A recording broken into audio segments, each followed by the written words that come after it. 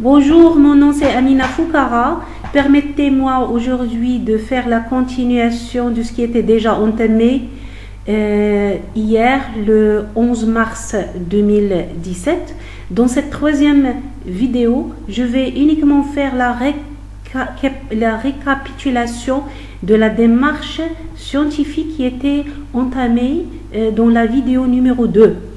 Donc, dans cette recherche, dans cette démarche scientifique, il s'agit d'une question de recherche qui figure au début de la recherche, c'est-à-dire elle est octroyée au titre de la recherche elle-même. Puis, il s'agit de la construction d'hypothèses. Et puis, il s'agit aussi des éléments de la littérature. Et puis, il s'agit de l'échantillonnage avec tout ce que cela demande. Il s'agit de prendre en considération la question d'éthique, tout ce qui se rapporte à la lettre de consentement, tout ce qui se rapporte à la validité des données et aussi au maintien de la confidentialité de ces données. Il s'agit de construire aussi les méthodes permettant la collecte de données. Et puis, il s'agit de la description des données. Puis, il s'agit de l'analyse des données quantitatives et qualitatives. Et puis, il s'agit d'identifier les erreurs qui ont été faites et puis de perspectives. Et ceci accompagne des propositions qui sont reléguées à un chercheur qui pourrait reprendre le relais pour refaire la recherche. Et puis finalement, il s'agit de faire une conclusion où tout ce qui a été abordé est dévoilé. Aujourd'hui, il s'agit de reformuler la problématique et je vais la faire en vous rappelant le contenu de la question de recherche. Est-ce que la formation multimédia lancée à distance par Université de Lille, France, peut contribuer au lancement d'une formation similaire à ENCG Agadir, Université Ibn Zahar, Maroc? Bon, voici la question de recherche et c'est à travers cette question que je vais essayer de délimiter la problématique qui doit être dressée dans cette recherche.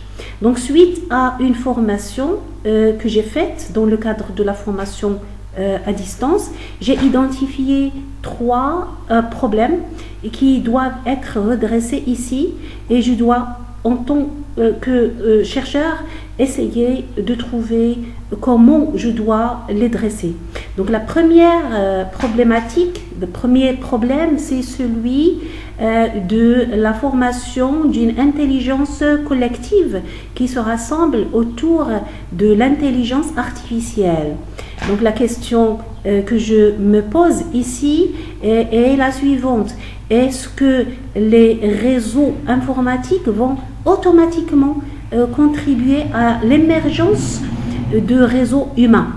Il y a des chercheurs qui pensent que c'est pas vrai, comme Godinet, qui a publié une recherche en 2007, page 113, où il dit qu'il n'y a pas automatiquement de lien entre les réseaux humains et les réseaux informatiques, car il faut penser à la motivation intrinsèque de tous ceux qui sont engagés dans une formation. Donc cela pose un problème. Le deuxième problème est celui des compétences.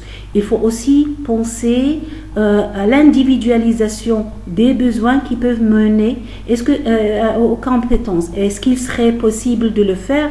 Ça, c'est un problème qu'il faut dresser dans cette recherche.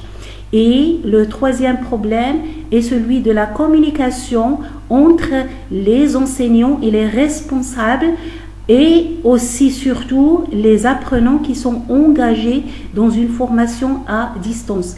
Est-ce qu'il serait facile de maintenir des liens qui permettent le succès d'une formation à distance?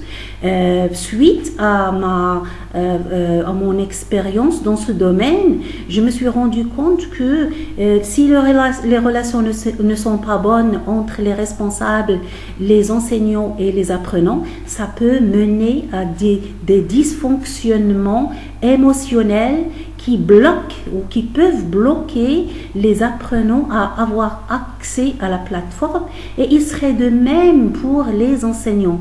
J'ai rencontré certains enseignants et responsables qui m'ont dit que le comportement des apprenants les empêche de vouloir consulter les emails et de consulter la plateforme parce qu'il est toujours question de dysfonctionnement.